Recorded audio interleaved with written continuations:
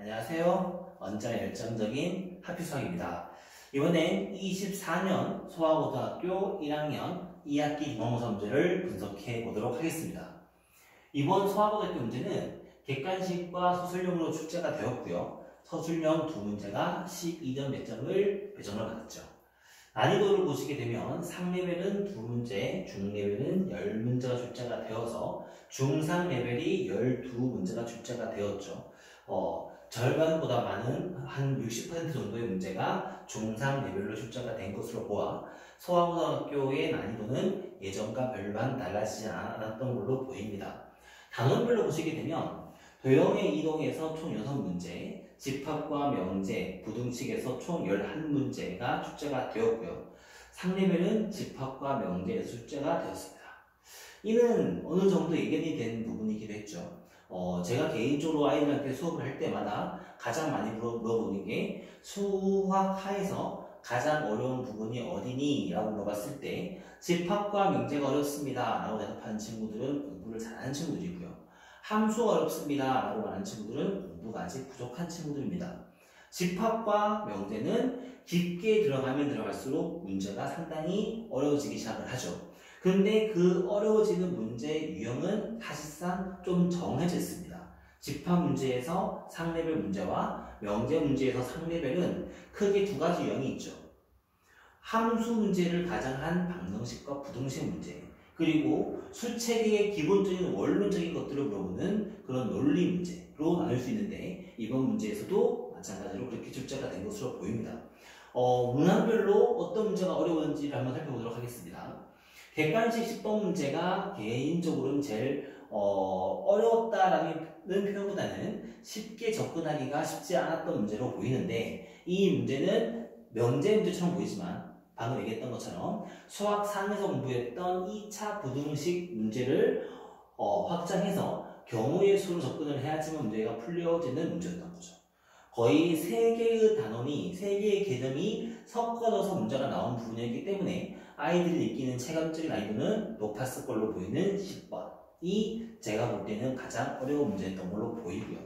그리고 두 번째로는 15번 문제 보시면 수체계의 원리를 확장하는 집합 문제였습니다. 이 문제도 사실은 쉽지 않았을 수 있죠. 자, 그거 말고도 사실은 객관식에서 도형의 이동을 이용한 문제라든가 혹은 함수 문제라든가 문제가 어려운 문제가 다소 많이 있었지만 제가 10번과 15번을 키포인트로 잡은 이유는 집합과 명제에서 공부를 해야 하는 부분이 그대로 출제가 되었기 때문이죠. 다시 말하면 어느 정도 예견된 시험이었다 라고도 볼 수 있는 그 정도의 난이도의 문제였던 겁니다. 자, 전체적인 총평을 보게 되면 전형적인 소아고 스타일의 문제들이었습니다. 전형적인 소아고 스타일의 문제가 뭡니까? 라고 물어본다면 문제가 어렵지 않지만 쉽지도 않아. 문제가 어렵습니다 라고 문제를 못 푸는 문제가 아니고 쉬운 문제가 아닌 모든 문제가 거의 대부분 문제가 몇 문제를 제외한 거의 대부분 문제가 어렵지 않게 출제가 되면서 아이들한테 누적적인 부담감을 차곡차곡 쌓아두고 있다가 10번 초중반에서 빵빵 터트리는 그런 문제들이 바로 소아고등학교 문제죠. 그렇기 때문에 정말 가장 중요한 수학적 기본기, 제가 매번 강조해서 맞이하는 수학적 기본기가 수반되지 않으면 높은 점수를 기대하기 힘든 소아고등학교의 전형적인 문제였습니다.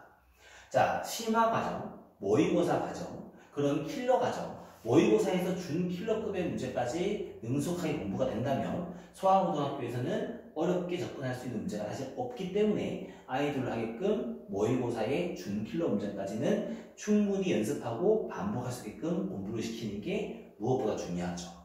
자, 이번 기말고사입니다. 기말고사는 바로 유무리 함수, 그리고 경우의 수. 경우의 수에서 어렵게 출제된 문제가 한 문제 정도가 있을 걸로 보이고요. 아무래도 이번 시험의 가장 키포인트는 바로 유무리 함수죠. 유무리 함수와 무리 함수의 활용과 모의고사에 출제가 되었던 문제 유형들을 반드시 확인을 해보면서 학교에서 출제된 프린트와 부교재들을 꾸준하게 반복한다면 소아고등학교에서 좋은 성적을 얻을 거라고 보입니다. 참고로 저희 학원에서 소아고등학교 전체 1등이 출제가 되었죠. 그거는 방법을 제가 따로 말씀을 드리는 기회가 있을 수 있겠지만 1등을 했어, 1등급을 받았어, 혹은 원하는 등급을 받았어가 되려면 딱 한 가지 방법밖에 없습니다. 공부는 왕도가 없다는 거. 이것만 기억하시면 됩니다. 누구보다 더 많은 공부를 해야 되고 누구보다 더 많은 고민을 해야지만 1등급을 받을 수 있습니다.